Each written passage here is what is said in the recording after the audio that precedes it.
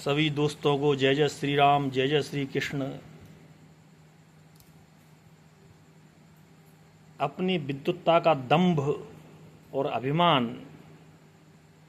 जितना श्री रामभद्राचार्य जी में देखा मैंने, उतना किसी धर्मोपदेशक में नहीं देखा। आज प्रेमानंद जी के बारे में जो उन्होंने कहा, उससे मेरा हृदय, और मेरा ही क्या, बहुत से सनातनी बंधुओं का हृदय व्यथित हुआ होगा। और रामभद्राचार्य जी की जो यश कीर्ति है, उसमें जरूर न जरूर कोई कमी आई होगी। रामभद्राचार्य जी जो रामचरितमानस के विशेष विद्वान हैं, रामचरितमानस के पुरोधा हैं, एवं अन्य शास्त्रों के भी अच्छी जानकारी है उन्हें। वेद वेदांग पुराणों का भी अध्ययन उन्होंने सुनकर किया है, क्योंकि आंखों से तो वे देख नहीं सकते, दृष्टिहीन हैं। किंतु इतनी जानकारी, इतना ज्ञान होते हुए भी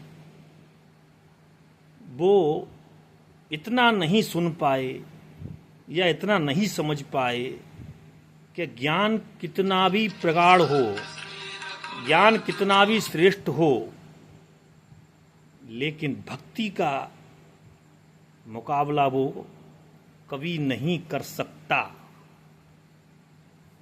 राधा विद्वान नहीं थी, सुदामा विद्वान नहीं थे, श्रीदामा विद्वान नहीं थे, माता यशोदा विद्वान नहीं थीं, लेकिन बड़े बड़े विद्वानों को वो सानिध्य प्राप्त नहीं हुआ, वो कृपा प्राप्त नहीं हुई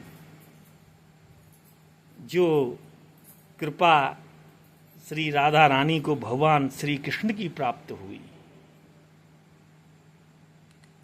बड़े से बड़े विद्वानों को वो कृपा प्राप्त नहीं हुई जो कृपा श्री राम की सबरी को प्राप्त हुई। कहीं भी पूरी रामायण में देख लीजिए आप, चाहे वाल्मीकि रामायण हो, आनंद रामायण हो, नंद रामायण हो, महानंद रामायण हो, तुलसी कृत रामचरितमानस हो, महर्षि विश्वामित्र के सानिध्य में राम रहे, उन अपने कुल पुरोहित एवं गुरु वशिष्ठ जी के सानिध्य में राम रहे, लेकिन कहीं कोई उल्लेख नहीं है कि राम ने उनका झूठा खाया हो, लेकिन सबरी का उल्लेख है।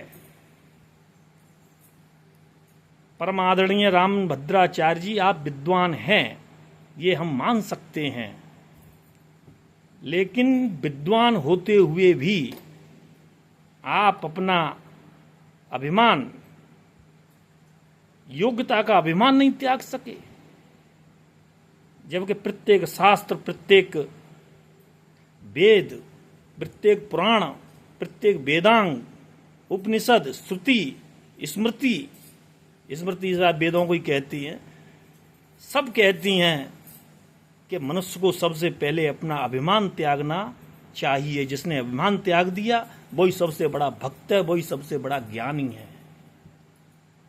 प्रेमानंद जी के साथ लाखों करोड़ों भक्तों का समूह है। यहां तक कि जहां मुस्लिम देशों में राम का नाम लेना पाप समझा जाता है, कृष्ण का नाम लेना भी पाप समझा जाता है, वहां भी उनके भक्त हैं। सऊदी अरब देशों से बहुत से भक्त, मुस्लिम भक्त उनके दर्शन करने आते हैं। ये सब उनकी भक्ति का प्रभाव है। हालांकि